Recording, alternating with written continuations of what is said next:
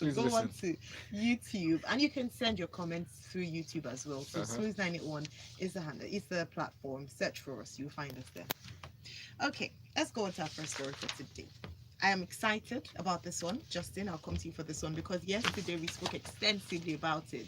And like I joked earlier on that the governor, Dixon, must be listening to Smooth 98.1, and he heeded to the cry and the outcry of the people. So this is one win for the masses, and it's exciting. Dixon declines assent to bill seeking life pension for lawmakers this day. I'll allow you to go through the details, Justin. I like your optimism. I know.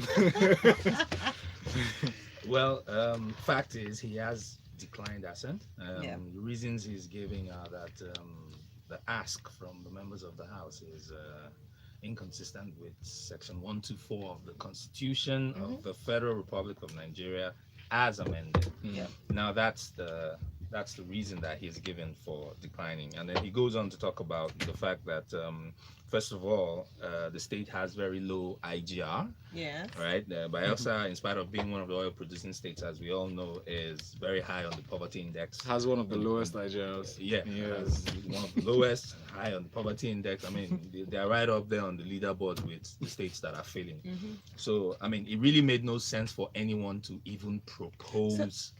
I was going bill. to go there. So the information that the governor has come out with, is it that the House numbering in, I mean, obviously, if a number of them, didn't they realize that they didn't have enough money in Bayelsa? I just want to understand the thought process and why. You have to wonder if there is a thought process. They didn't just stop at saying, okay, we members of the assembly, we now want to earn pensions. They said that former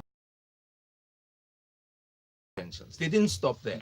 Bayelsa State, if you remember, if for those of us who may not know, is the child of the division, is a child of the division of Rivers State, old River State, which was one of the original states in Nigeria, into two. Yeah. This gentleman, Yeah. I say that tongue in cheek, just in case anybody misses it. This gentleman actually proposed that if you were a lawmaker in the old River State, Yeah. who is from the now Bayelsa State, Yes. you would also earn a pension. You have to wonder what they be smoking up in there. They're not smoking anything, Justin. It's just, I mean, this I'm was, just saying. I mean, they must have justified it. But I mean, I'm really glad we've established the facts, and I thought it was really important for us to mention or to touch on this, saying that we spoke extensively on this yesterday. Because so some congratulations. of the things, before we say the congratulations and let it pass, some of the things that worried us yesterday, story and asking my way to really what elected members of the government, proposing this. Why won't people kill themselves to be Because, Well, look, let's first of all, civil servants who spend 35 years in active service do not even get this much attention. Yes. And these guys come in 4 years and they just and want they to don't even get away. the amount that they are proposing. And they hurriedly passed the bill. Well, let's just give Governor Dixon the Aya Stack Award, right? He looked them in Oh, the gosh, eye and he Justin, said, "You know I was going to go there." Justin. He looked them straight in the eye and he said, "Not today."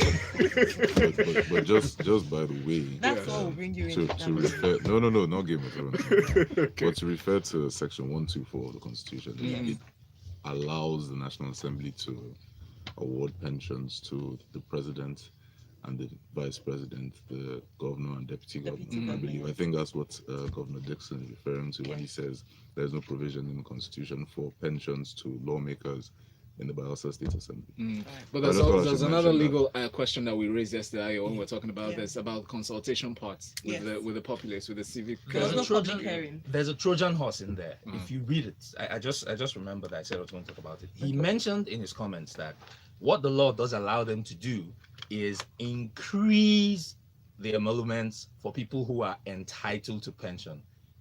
If you read that in plain English. So there's a big if. Yes. You are entitled. If. Yeah. So you can't add other people into this WhatsApp group. But those of you who are already in this WhatsApp group, It's okay. You can still be there. You can go to town. If you decide to leave, it's fine. All right. It's your own prerogative. Thank you. That's a very important point. Thanks a lot for highlighting it.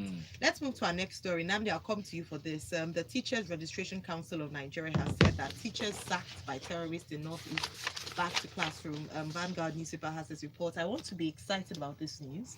But what they've mentioned is that they've commenced the process of bringing back to the classrooms teachers who have deserted the Northeast zone due to terrorism attacks. Can you please take us through this? Right, so it's actually quite a heartwarming story. Yes. We all know. Well, first of all, before I go into it, I want to just clear up very quickly what this headline means Okay. when it says teachers sacked Sacked, by yeah. terrorists. It doesn't mean the terrorists actually Fire them. fired them from their jobs. All it means is that the action of terrorism and violence in that part of the country forced some of these teachers to get away from their jobs. Now, what has happened is that the Teachers Registration Council of Nigeria, through its registrar, Professor Segun Ajiboye, has disclosed that the process of bringing back some of these teachers to the classrooms has commenced. So basically, I can only imagine it involves some form of rehabilitation owing to the trauma that they've suffered, and also re-registration, because there is, in effect, as of present, a directive that all teachers should register as teaching professionals, which will take effect by December 31st, 2019. That's the deadline for such registration. Now, that also made me feel very positively, because in Nigeria, usually when you have such directives, they give them immediate effect or there's very little time to transition. But this is a very long period, especially knowing the bureaucratic difficulties in this country and knowing how tough it might be to effect those registrations before the deadline. So that's really the bulk of the story. I think it's quite heartwarming, and I'm pleased to hear that some of the ill effects of terrorism and violence in the northeast of the country is waning and things are returning to normal. That's brilliant. Thank you very much, Nnamdi.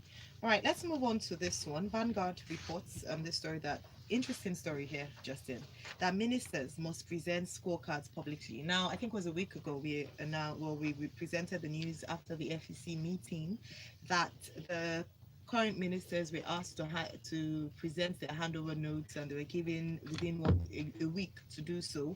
The secretary to the federal government, Mr. Boss Mustafa, had told each of them to make sure that the handover memos was presented by Tuesday. And now we have this editorial from the Vanguard newspaper calling for not just a private inquiry into what the heads of these ministries have been up to, but a public one, drawing from the example of what happened in Jigawa State by the former governor Alhaji Sule Lamido. Can you please refresh our memories, Justin, and also just touch on this story and evaluate it, please? Well, this editorial, the writer is basically trying to get us all to understand a bit more about how he thinks transparency should work in the administration. Okay, and he's borrowing a leaf from something that was started by the Jigawa State governor a while ago, Alhaji Sule Lamido. So he made his commissioners and state level public servants render accounts publicly. Okay, so this and by publicly how? Because he asked them to go on radio and on TV to actually present. Yes. So that's what this editor is. That's the line he's towing. But I take a different view. Okay. Okay. This is how a democracy works. You elect public officials, and they are accountable directly to the people. Now, the ministers serve at the pleasure of Mr. President. Okay. Right? I didn't appoint them. You didn't appoint them. We didn't have an opinion on who he was going to appoint ministers. He was elected by us, right, to serve. The people he chooses to serve are accountable to him. Okay. I, however, will hold him accountable for delivering the goods. Okay. Now, so it sounds good. It's a good soundbite, okay, especially given the context of how we run things around here. For someone to be saying, listen, all the public servants should come, the ministers should come and give us public accounts. But truly, dude, I didn't elect you. The man who I elected needs to come tell me what he's done. It's his business to keep track of his workers. They are his workers. If anyone is not performing, I expect that there's an ongoing mechanism for reviewing performance, within the administration. I don't really agree with you, Justin. You know why? Because whether or not they're directly, yes, I agree that they're directly accountable to the president. However, they were hired for the benefit of the Nigerian people.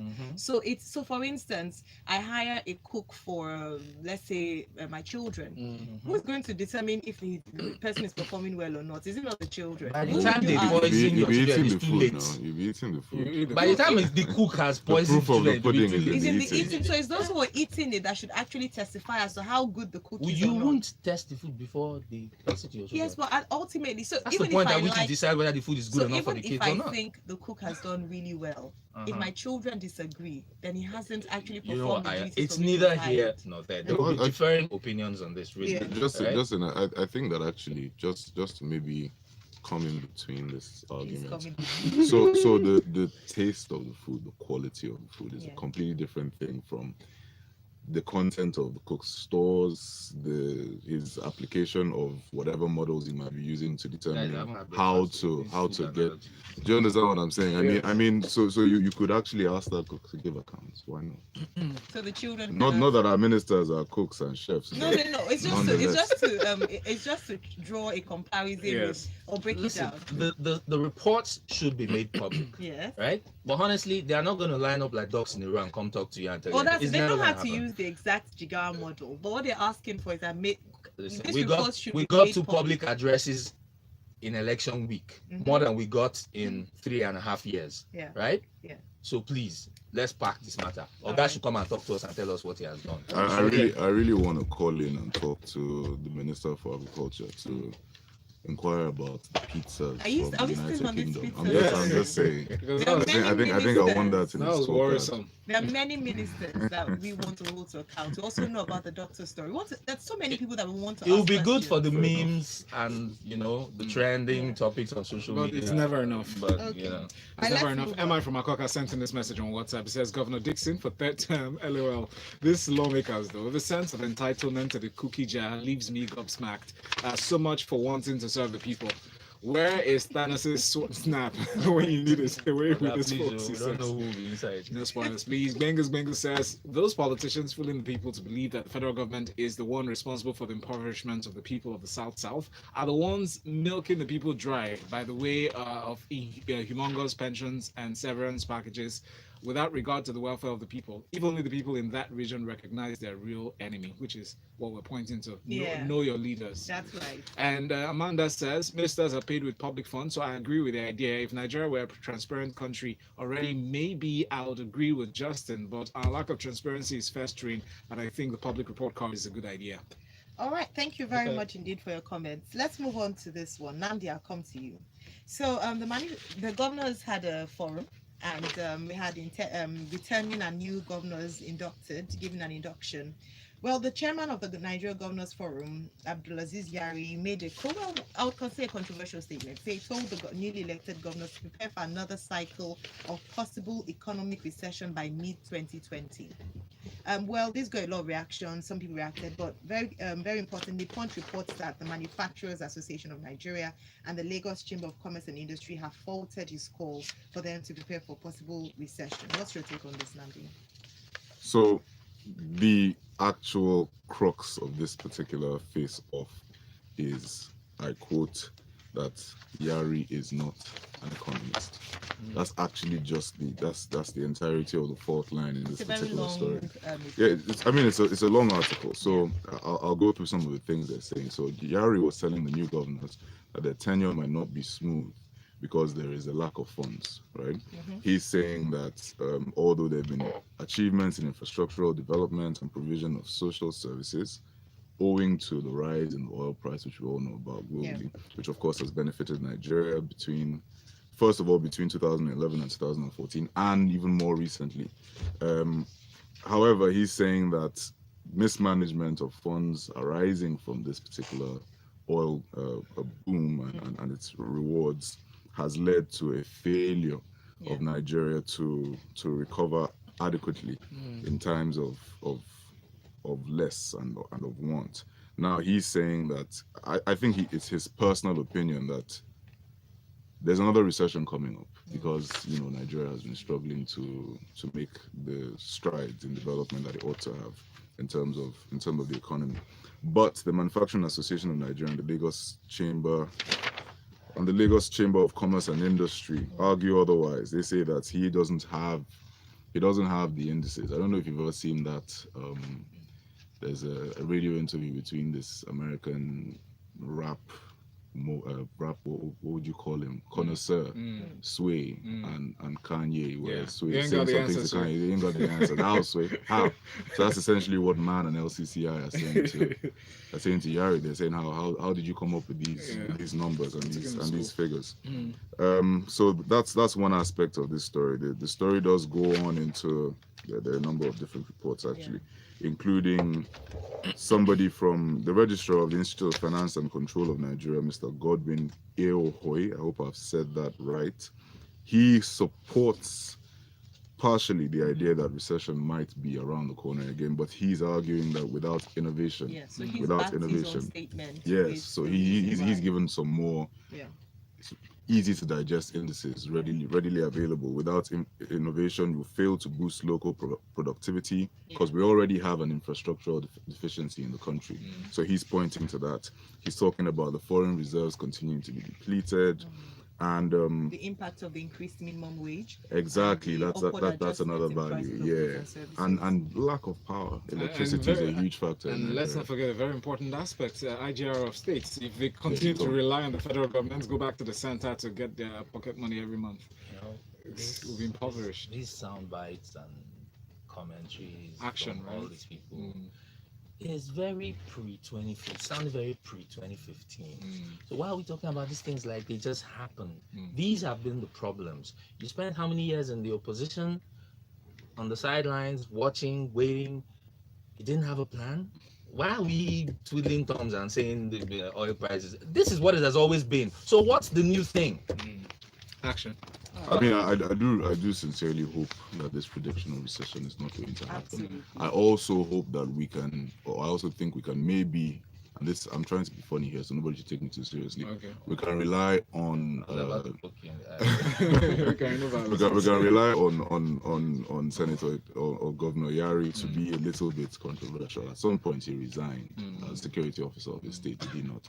I do remember that. So I don't know how seriously we should. Yes, there you go. How seriously we should take his attention to certain details. I guess it's just. I mean, it's a bit to sound the horn, so all the governors can rally around and just take necessary steps to make sure that the economic situation doesn't go down. See, my people say now for money that they know how evening market could be. Yes, my people still say now for club they enter dance. Exactly. So from the kind of people that they start to appoint into their state level cabinets, we will know who came to play. And who just came to talk. Thank you, gentlemen. Let's go very quickly to this next story from the Guardian newspaper. Amnesty alleges women face sexual abuse in Maiduguri prison detention facility. They named the Maiduguri maximum security prison and Giwa barracks as instances where thousands of civilians arrested due to a claimed link with Boko Haram armed group are being held. It said this has been going on for quite a while and security forces are turning a blind eye. What are your thoughts on this, Justin? Heartbreak hotel. Show me how people treat their children and their women, and I will tell you where they're headed. There's nothing good about this one at all. Women and children being abused in detention centers and in prisons. First of all, what are children even doing in prisons?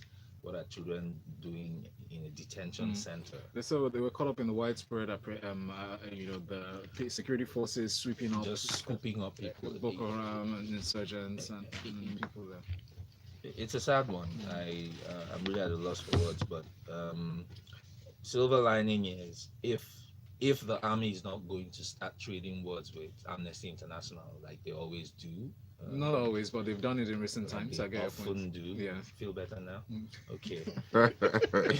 if they're going to take this seriously and look into it and not start bandying words, then 3 former female detainees have identified 10 of the male soldiers responsible for some of these actions. They've identified 10. Names are not named in this article, but it says clearly that 3 former female detainees in this prison have identified 10 male soldiers. Well, over to the head of the army. So what's going to happen after this? What do you see as the steps that the army could take to just use this as an example to serve as a deterrent to others who are, probably caught up in the web or haven't been identified yet? I'm not a pessimistic person, but let's be optimistic for a second, maybe. I don't see anything happening. Wow. What do you think? Because with the extrajudicial killings, we saw quite a swift response because it was in the news, it was big in the news. Do you think if we make enough noise about this, we'd also see that kind of swift reaction from authorities? Though hope is frail, it's hard to kill. This Daily Sweeper is next. The story has it for you, Justin. Let's keep talking about these things, especially as it relates to Nigerian economy. So, Minister of State for Petroleum Resources, Dr. Ibekachukwu, he traveled out of Nigeria to visit the Saudi Arabia, and he had talks with the Minister of Energy, Industry and Mineral Resources of the Kingdom of Saudi Arabia, Khalid Al-Afali. Sat in a meeting with them and explained that there were options available to Nigeria to fix the refineries, even though the country needs to immediately make the decision of going with one. Repeatedly in this report, he named the amounts and said, well, there are a lot of options available for Nigeria to settle the issue, although things are looking good, as he said, being that some of the optimism is pegged to Dangote finishing his refinery and some other refineries around 3 points, major points in Nigeria to be set up and operational. He said, but that we need a total sum of $2.5 billion. Is this a speech of maybe telling the investors that something good is coming, or just asking for money and help? Your thoughts? Well, the country has been on this investor quest for, as regards the refineries, for quite a bit, and no dice. I don't know that anyone, or that even the oil infrastructure in Nigeria, the refinery infrastructure for these three refineries is, I don't know how up to date it is. We all know that the last one was built in 79, thereabouts, right? So I don't know how viable the technology, the installations are that would attract an investor. I mean, people who have come to do due diligence have simply walked away in the past. Do you think they walked away just because they feel like it's not viable enough to put in their funds to revamp, or maybe there was no amiable agreements that was reached? Because the 90s got full of terrorists. Stop taking it parable. Just say it as it is. You want me to say that it is? Yes. I should? Well. So here's the thing. It's a black hole, right? What are you going to be getting? We don't exactly have a good history of these transitions from public institutions to privatization. You see what's happening in the power industry. We all know Delta Steel complex, how the story has been. Privatizing the refineries is taking all of that to the next level. I don't know who's crazy enough to come and join us in all of this, you know. And Dr. Kaktu basically coming out and saying, listen, we can't afford $2.5 billion. The world doesn't believe you when you say things like that about Nigeria. You can't afford $2.5 billion. Should we look at the entourage of your public officials and how many cars are in them? Should we quantify that? I mean, it looks very little, but let's start from there and start quantifying how much money you guys are actually wasting. And then you go out there and tell people whose refineries are turning a profit that you can't afford 2.5 to fix your own refinery. So they should do what now? Just wait. China's Belt and Road Initiative is coming for you all. I do think it's telling that this story mentions the 600,000 barrel a day capacity of the incoming Dangote refinery, which cost, I believe, about 10.5 billion for that project to actualize. It begs the question, why didn't Dangote take some of that money? Use 2.5 and save the rest and take your three refineries. Exactly, Because he's a private businessman and he's interested in his own business. Of course, Dangote. On another note, though, he went to Saudi Arabia to seek investment. Do you think he said this because, you know, when you're asking for money, you don't want to be seen as being too wealthy? I mean, at the end of the day, you want people to give you money. You're not fooling anyone, though. That's the point. Embarrassing ourselves. Okay, maybe from his perceived embarrassment, something good might come. Maybe. Let's look to this next. No, don't. Hope springs eternal. Let's apply to this next story, Nnamdi, because Premium Times has this report that speaks to Nigeria's life expectancy. Now, it's a report that was born out of the United Nations Population Fund report. It's a division of the UNFPA actually that's directed at, or rather focused on division of communication and strategic partnership. They've brought this report. It's a report that speaks to the state of the world population, otherwise called SWAP report. They've said that Nigeria has the world's third lowest life expectancy rate of 55 years. one of the parts of the report I find really interesting is one that contradicts the estimate that was made by the Nigeria Bureau of Statistics that reported in 2018 that Nigeria's population was 198 million. But they're saying, no, in contrary to that, in 2019, our population has grown to 201 million. Does that mean that we've grown that much by 44% or by 100 and something million in 12 months? But looking at all the statistics that they've given, your thoughts on this, please? So I love this story. I actually do. And I'm going to take you to exactly why I do. The first thing that caught my eye was this, and I'm quoting directly. War-torn Afghanistan has 65 years, Somalia 58, and Syria has 73. This is the life expectancy in 3 countries that Nigerians would reasonably expect to have a much lower life expectancy than we do. I do recall that there was a while back when somebody made a report around the time when Iraq was going through its own crisis. I think when the United States was beginning its war, and they had a much higher life expectancy than Nigeria.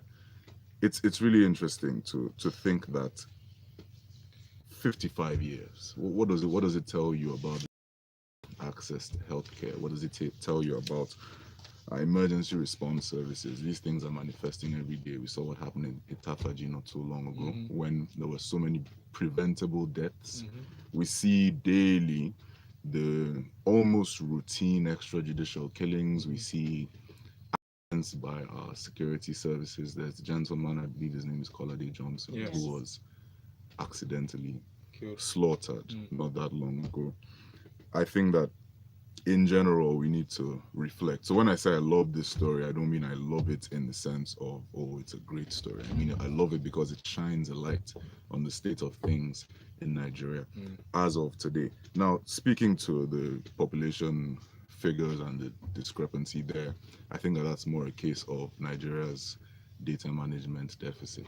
So that could either be true, it could be false, who knows? Do we rely more strongly on a report by the UNFPA or do we trust the NBS? I think the NBS has been one of the most responsible and accurate reporting ministries in the last half a decade.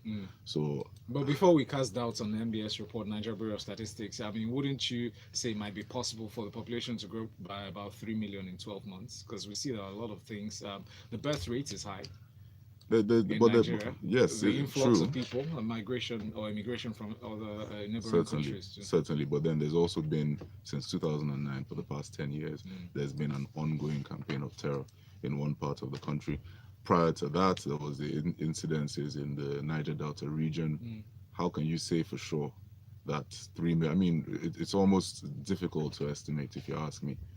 Nonetheless, anyway, my view on this story is that we really do need to consider as a country exactly how we plan to tackle life in the next 10 years, next 20 years, and what legacy we're leaving for our children and people to come. Thank you, Nnamdi. Now let's be a bit more introspective. Let's come closer home. Lagos Assembly has passed an 874 billion naira budget for 2019. Your thoughts on this, Nnamdi? And please do well to join in. Yeah, I mean, I'll keep this one brief. First thing to talk about is that it's a massive reduction on the budget for last year. Last year it was about 1.046 trillion naira, I believe. Interesting, because last year was an election year. I wasn't going to say that, but it's nice that you've nosed us in that direction. Yeah, I mean, the breakdown is 393 billion from the Consolidated Revenue Fund and about 479 billion from the Development Revenue Fund for Capital Expenditure. They report that the capital to recurrent ratio of the budget is 54 to 46, which is, I guess, pleasing. Fair enough, considering that last year the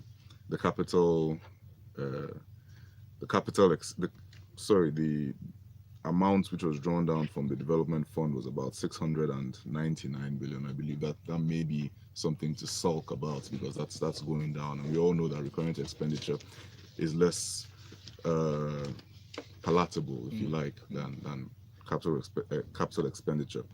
I wanted to just point to something which is interesting coming out of this story. In 10 seconds, please. 10 seconds, okay, no problem. There was a failure to lay the appropriation bill in December 2018, and Lagos State Assembly decided to, they recommended impeachment of Ambode, so this is a welcome development.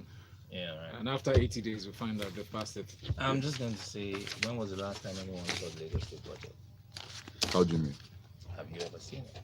Seen it? A copy of Transparency, Lagos like State on budget? the website or something. I've never It's something actually- we should talk about, and hopefully we can see There's that. a freedom of information bill. I'm pretty so sure let's you can ask. apply. We're asking for it. Can Well, apply thank and you. process it. Gentlemen, thank you. It's been a pleasure talking with you on the show and having your analysis to the stories. That's Justine Ijeh at Nnamdi Awa-Kalu. Ayo, Have a nice one, everyone. thank you. Ayo and me, Valentine, we're here for We're here. The Grapevine that's coming up next in 14 minutes. We have special guests that are coming into the studio. Stay with us. It's Smooth 98.1. The headlines, the stories. All right. It's a Thank bad you. No. Ain't nobody seeing it. Trust me. No, but that's interesting though. Like Nnamdi mentioned, could we not, by the Freedom of Information Act, request for it? People have tried. We have They asked. haven't People have gotten tried. it. No. It's a black box. Just like, but that's not, It's like it's the not, Bermuda Triangle. We it's all not know it's unique there, to but Nigeria.